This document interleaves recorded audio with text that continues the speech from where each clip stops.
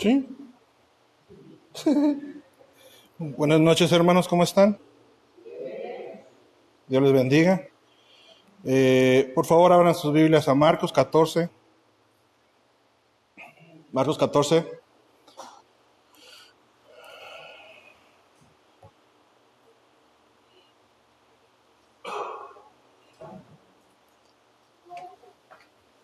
Si lo tiene, por favor, dígame. Marcos 14. Vamos a... Ayer Roy habló de Getsemaní. Vamos a ver lo que corresponde al tiempo de la muerte de Jesús. Y para ello, quiero que hagamos algo diferente. ¿Quieren hacer algo diferente conmigo? Bueno.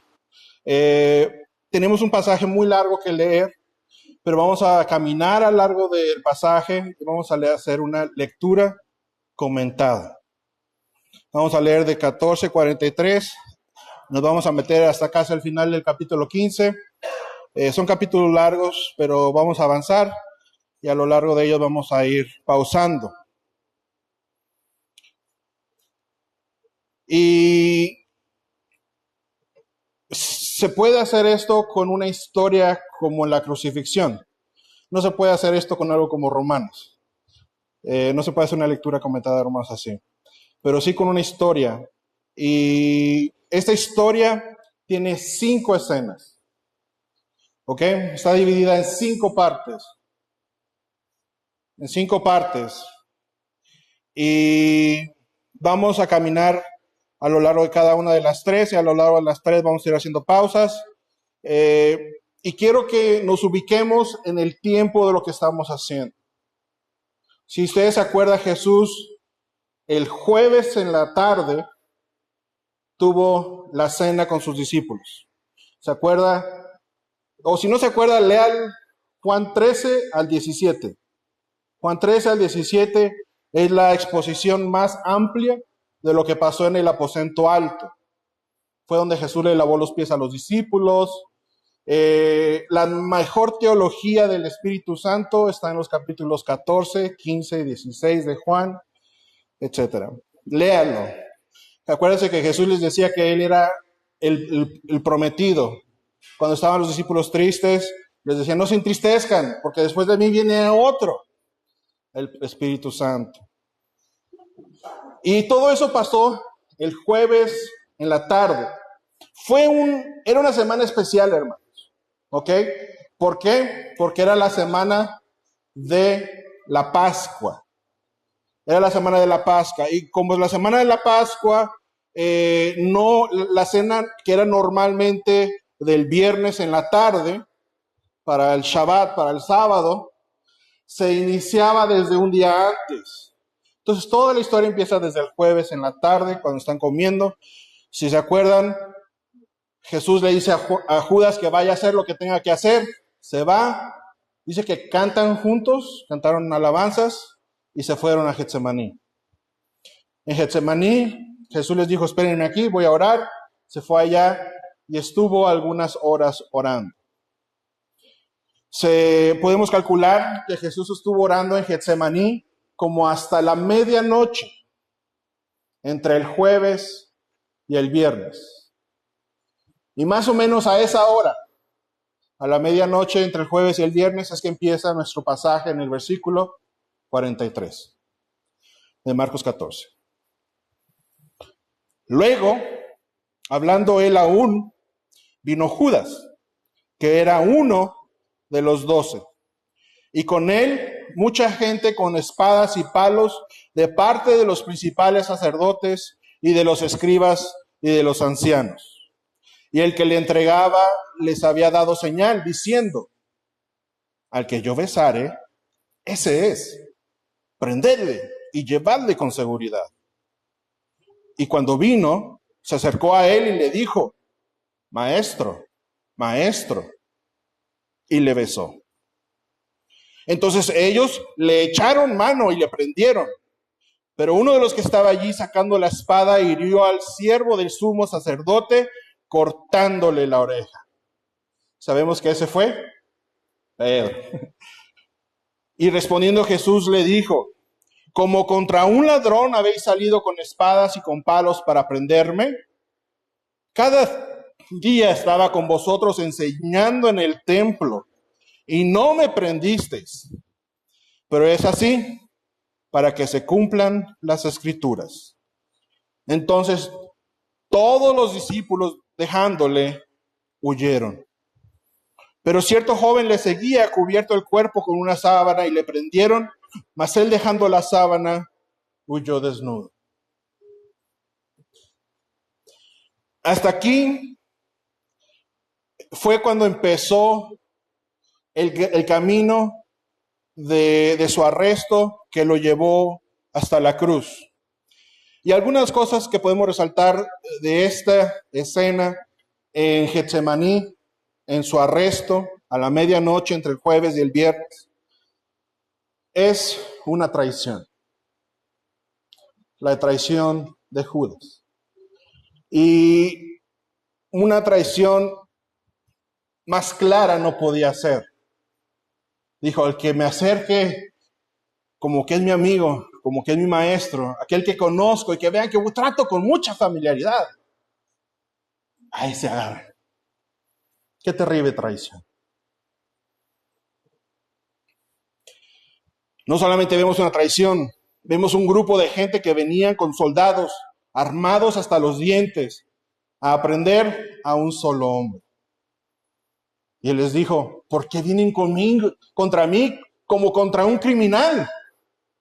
¿No he estado yo enfrente de ustedes enseñando todo este tiempo y nunca han hecho nada? ¿Qué les pasa ahora? Y si eso no fuera suficiente, todos los que estaban con Jesús, uno, Pedro, dijo, no, señora, aquí yo te defiendo. Le agarra la espada, corta la oreja. Otros evangelios nos expanden esa historia que conocemos bien. Pero Jesús le dice, así no es. Y entonces, como no saben hacer nada, no saben qué hacer, se asustan ante tal escena. Y dice al final, el versículo 50, entonces todos los discípulos, dejándole, huyeron. Fue una traición. Fue una persecución como contra un criminal. Y todos los más cercanos, asustados y con miedo, le dejaron y huyeron. Y había un joven que también salió corriendo, y entre el tumulto y el caos, lo único que tenía era una sábana donde se la jalaron para tratar de arrestarlo. Prefirió dejarla y salió desnudo corriendo. Hay quienes creen que este fue el mismo Marcos que escribió el Evangelio de Marcos, porque no se encuentra esta historia en ninguno otro de los evangelios. Entonces esa fue nuestra primera escena. Traición. Vienen como contra un criminal. Todos sus amigos salen despavoridos y lo dejan solo. Llegamos al versículo 53. Dice, trajeron pues a Jesús al sumo sacerdote, y se reunieron todos los principales sacerdotes y los ancianos y los escribas. Hermanos, para ese momento en que se empezó a correr la voz, que dijeron, ya lo apresamos, ya lo tenemos, díganle a tal, háblenle a tal, y se empezaron a juntar los fariseos y los sacerdotes. Llegó la madrugada. Y en la madrugada, en la casa del sumo sacerdote, dice el versículo 54, y Pedro le siguió de lejos hasta dentro del patio del sumo sacerdote, y estaba sentado con los alguaciles, calentándose al fuego. En la madrugada se necesita un fuego, ¿sí o no? 55. Y los principales sacerdotes y todo el concilio buscaban testimonio contra Jesús para entregarle a muerte, pero no lo hallaban. Estaban viendo a ver qué se inventaba. Y diciendo una cosa y otra, nada realmente se sostenía. 56.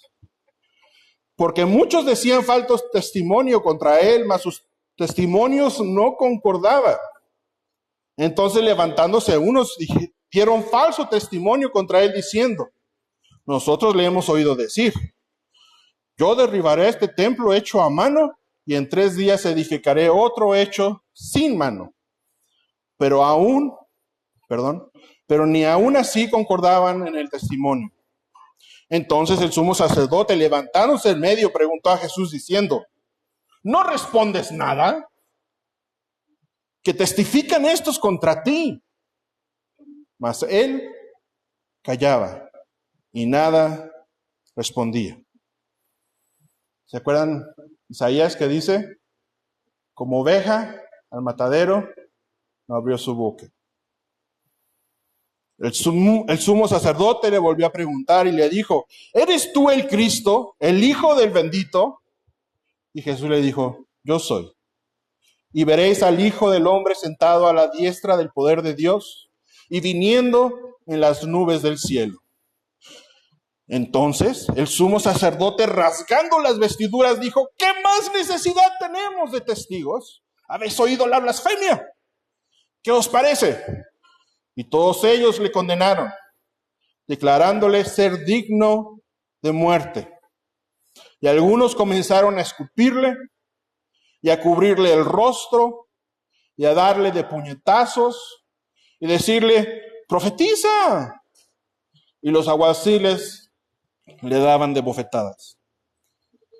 Esta segunda escena que toma en la madrugada del viernes, Jesús está ante el concilio de los religiosos de más alto nivel, que lo acusaban, que motivados por odio y envidia, buscaban inventarse cualquier cosa, pero en su desorden y en su caos ni ellos se ponían de acuerdo porque nada hacía sentido de lo que estaban diciendo.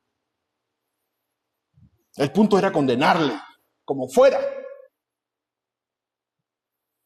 Cuando Jesús le responde a su pregunta de que si Él es el Hijo de Dios, y le dice: sí, yo soy, y veréis al Hijo del Hombre sentado a la diestra del poder de Dios, y viniendo en las nubes del cielo, Jesús no mentía, pero era algo que el sumo sacerdote no entendía tampoco.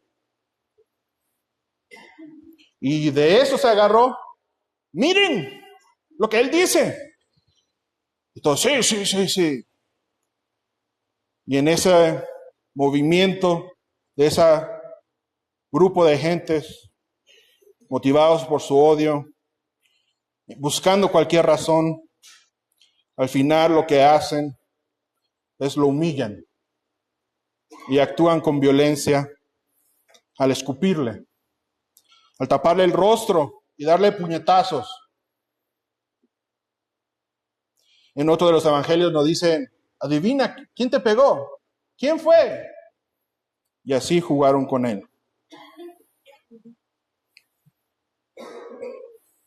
Nuestra tercera escena empieza en el versículo 66. Esto también sucede en la misma madrugada. De hecho, es un evento paralelo al tiempo que Jesús estaba dentro de la casa del sumo sacerdote. Y dice así: estando Pedro abajo en el patio, vio una de las criadas del sumo sacerdote. Y cuando vio a Pedro que se calentaba, mirándole dijo: ¿tú también estabas con Jesús el Nazareno? Mas él negó, diciendo: no le conozco, ni sé lo que dices. Y salió a la entrada y cantó el gallo. Y la criada, viéndole otra vez, comenzó a decir a los que estaban allí: Este es de ellos. Pero él negó otra vez. Y poco después, los que estaban allí dijeron otra vez a Pedro: espérate. Verdaderamente tú eres de ellos, tú eres Galileo. Tu manera de hablar es semejante a la de ellos.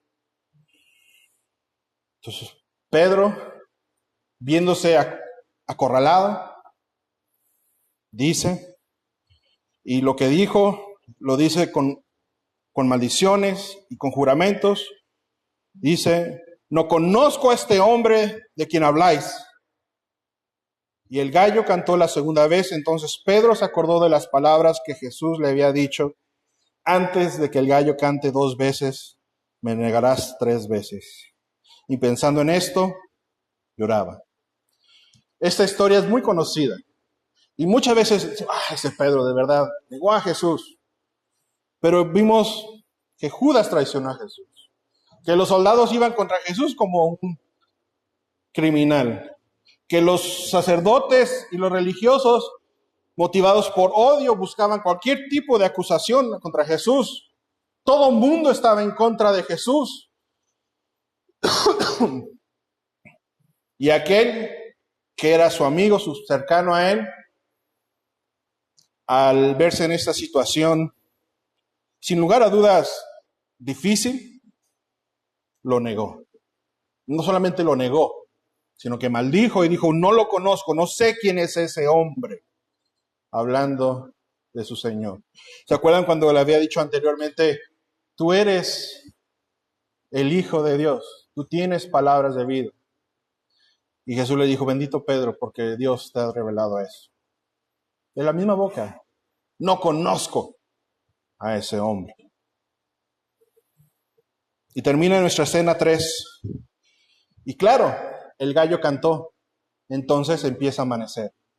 Es el día viernes. Es en la mañana. Y dice el capítulo 15. Muy de mañana, habiendo tenido los consejos los principales sacerdotes con los ancianos, con los escribas y con todo el concilio, llevaron a Jesús atado y le entregaron a Pilato. Pilato le preguntó, ¿eres tú el rey de los judíos? Respondiendo él le dijo, tú lo dices. Y los principales sacerdotes le acusaban mucho. Y otra vez le preguntó Pilato diciendo, ¿nada respondes? Mira de cuántas cosas te acusan. Mas Jesús ni aun con eso respondió, de modo que Pilato se maravillaba. Ahora bien, en el día de las fiestas de la Pascua, que estaban pasando en ese momento, le soltaba un preso, cualquiera que pidiesen. Ya había uno que se llamaba Barrabás, preso con sus compañeros de motín que habían cometido homicidio en una revuelta. Criminal convicto. Y viniendo la multitud comenzó a pedir que hiciese como siempre les había hecho. Y Pilato les respondió diciendo, viene la multitud a pedirle que suelte a alguien como era costumbre y Pilato les pregunta, ¿qué quieren que suelte al rey de los judíos? Versículo 10. Porque conocía que por envidia le habían entregado a los principales sacerdotes. Él sabía que todo era mentira. Sabía que todas las acusaciones habían sido fabricadas. Que no había razón de que este hombre fuera acusado. Y estaba tratando de encontrar una manera de liberarlo. Versículo 11. Mas los principales sacerdotes incitaron a la multitud para que le soltase más bien a Barrabás.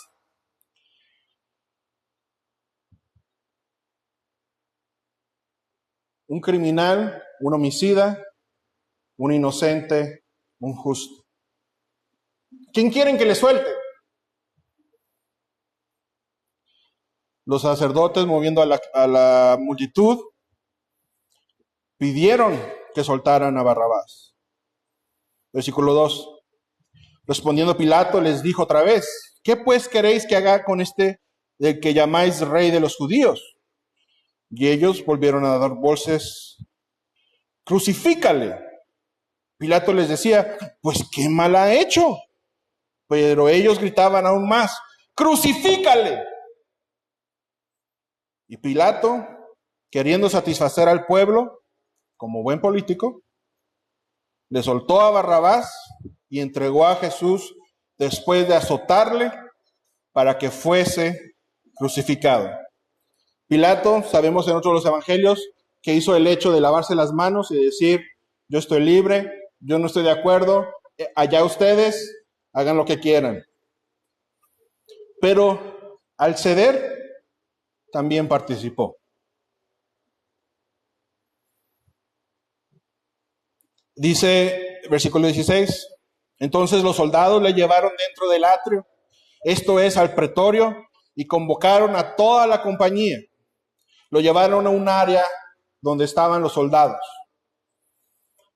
y le vistieron de púrpura. De púrpura porque el púrpura, siendo uno de los colores más raros de producir, era de los más caros, y el púrpura era signo de nobleza. Y le vistieron de púrpura, diciendo como que él era un rey, y poniéndole una corona tejida de espinas, porque los reyes llevaban coronas, nada más que generalmente no eran de espinas. Y comenzaron a saludarle: ¡Salve, rey de los judíos! Y le golpeaban en la cabeza con una caña y le escupían, y puestos de rodillas le hacían reverencias. Después de haberle escarnecido, le desnudaron la púrpura y le pusieron sus propios vestidos y le sacaron para crucificarle. Para este momento ya estamos empezando a llegar a la tarde, donde estos soldados se llevaron a Jesús y se burlaron de él, lo golpearon, lo ridiculizaron. Pilato, sabiendo que él era justo, dejó que él fuera injustamente acusado. Se escogió a un criminal convicto por encima de Jesús para darle la libertad. Esto fue lo que vivió Jesús en la cuarta escena. Y llegamos a la última, en el versículo 21, la quinta escena, donde él es finalmente crucificado. Y dice: y obligaron a uno que pasaba, Simón de Cirene, padre de Alejandro y de Rufo, a que venía del campo, a que le llevase la cruz. Y le llevaron a un lugar llamado Gólgota, que traducido es lugar de la calavera. Y le dieron a beber vino mezclado con mirra, mas él no lo tomó. Cuando lo hubieron crucificado, repartieron entre sí sus vestidos, echando suerte sobre ellos para ver qué se llevaría cada uno. Y era la hora tercera cuando le crucificaron. Quiere decir que era temprano. Versículo 26. Y el título escrito de su causa era el Rey de los Judíos. Y crucificaron también con él a dos ladrones, uno a su derecha y el otro a su izquierda. Y se cumplió la escritura que dice: y fue condenado con los inicuos. Y los que pasaban le injuriaban, meneando la cabeza y diciendo: ¡bah! Tú que derribas el templo de Dios y en 3 días lo reedificas, sálvate a ti mismo y desciende de la cruz. De esta manera también los principales sacerdotes, escarneciendo, se decían unos a otros con los escribas: a otros salvó, a sí mismo no se puede salvar. El Cristo, Rey de Israel, descienda ahora de la cruz para que veamos y creamos. También los que estaban crucificados con él le injuriaban. Versículo 33. Cuando vino la hora sexta, hubo tinieblas sobre toda la tierra hasta la hora novena. Y a la hora novena Jesús clamó a gran voz diciendo: Eloi, Eloi, lama sabactani, que traducido es: Dios mío, ¿por qué me has desamparado?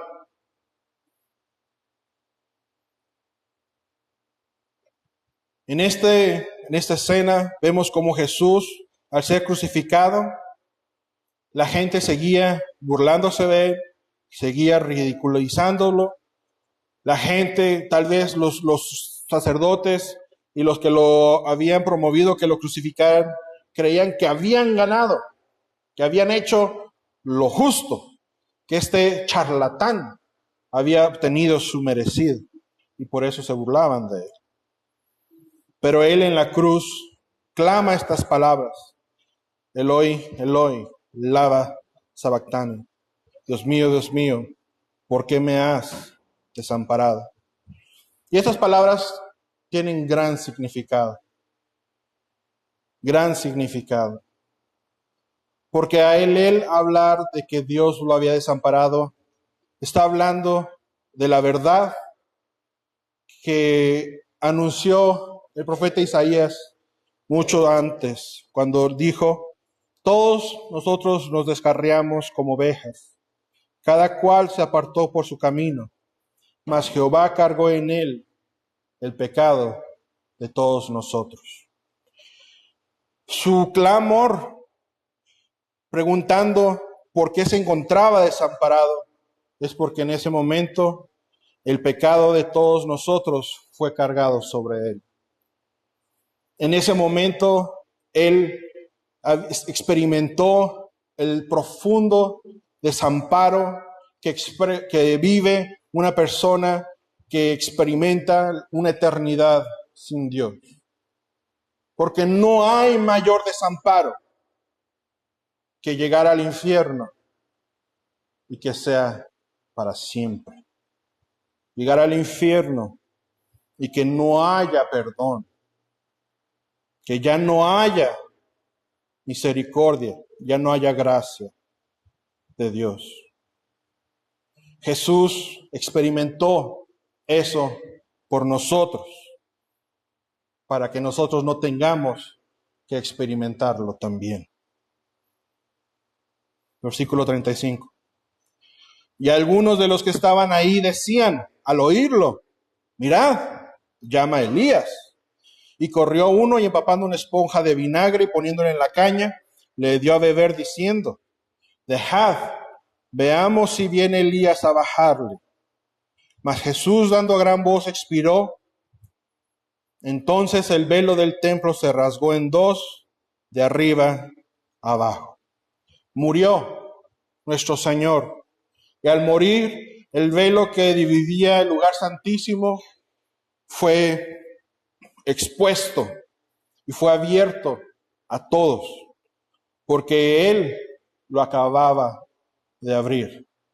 Él abrió acceso al lugar santísimo, abrió acceso a Dios por medio de Él mismo.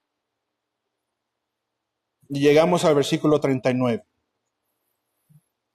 donde había un centurión que estaba frente a Él, es decir, estaba abajo de la cruz, viéndolo de cerca, viendo que después de clamar había expirado así, y dijo: verdaderamente este hombre era hijo de Dios. Verdaderamente este hombre era hijo de Dios. Y se contrasta con las palabras de Pedro: yo no conozco a ese hombre. El centurión dice: ese hombre verdaderamente es hijo de Dios. Hermanos, yo sé que estamos en una iglesia, pero no voy a asumir que todos conocemos a Cristo, que todos lo tenemos en nuestra vida y en nuestro corazón. Este centurión vio lo que pasó, que se oscureció, vio que hubo un temblor, pero no fue eso lo que le hizo darse cuenta de quién era él, sino fue con sus palabras y la manera en que expiró. Él lo vio de cerca y vio en él una luz, la luz de la gracia de Dios que ilumina los corazones de los pecadores, donde no por lo que ven, no por lo que tocan, no por lo que huelen, sino por lo que ven con el corazón.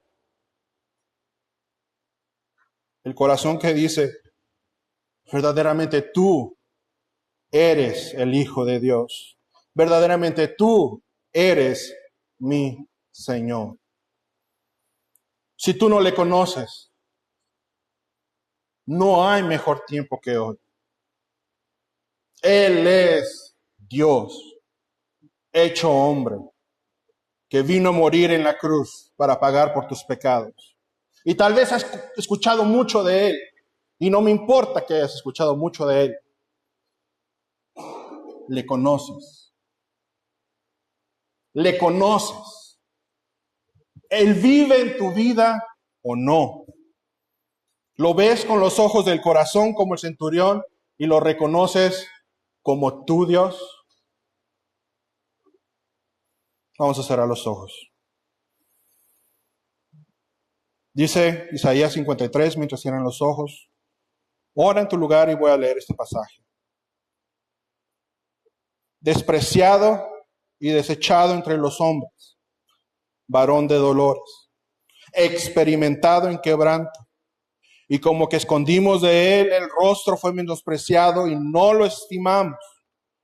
Ciertamente llevó él nuestras enfermedades y sufrió nuestros dolores, y nosotros le tuvimos por azotado, por herido de Dios y abatido.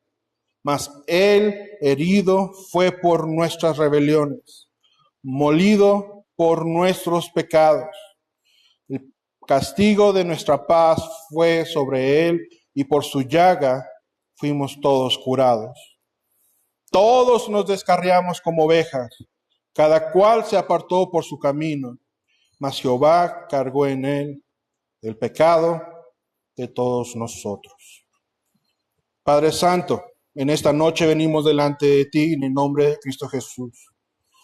Señor, bendita palabra que nos cuenta la historia al centro del Evangelio. La obra que Cristo hizo en la cruz por nosotros, tomando nuestro lugar para morir, donde cada uno de nosotros merece morir, donde toda la traición, toda la injuria, toda la violencia, toda la humillación, toda la injusticia, todo lo que Él vivió, es lo que nosotros le hemos acumulado en sus hombros.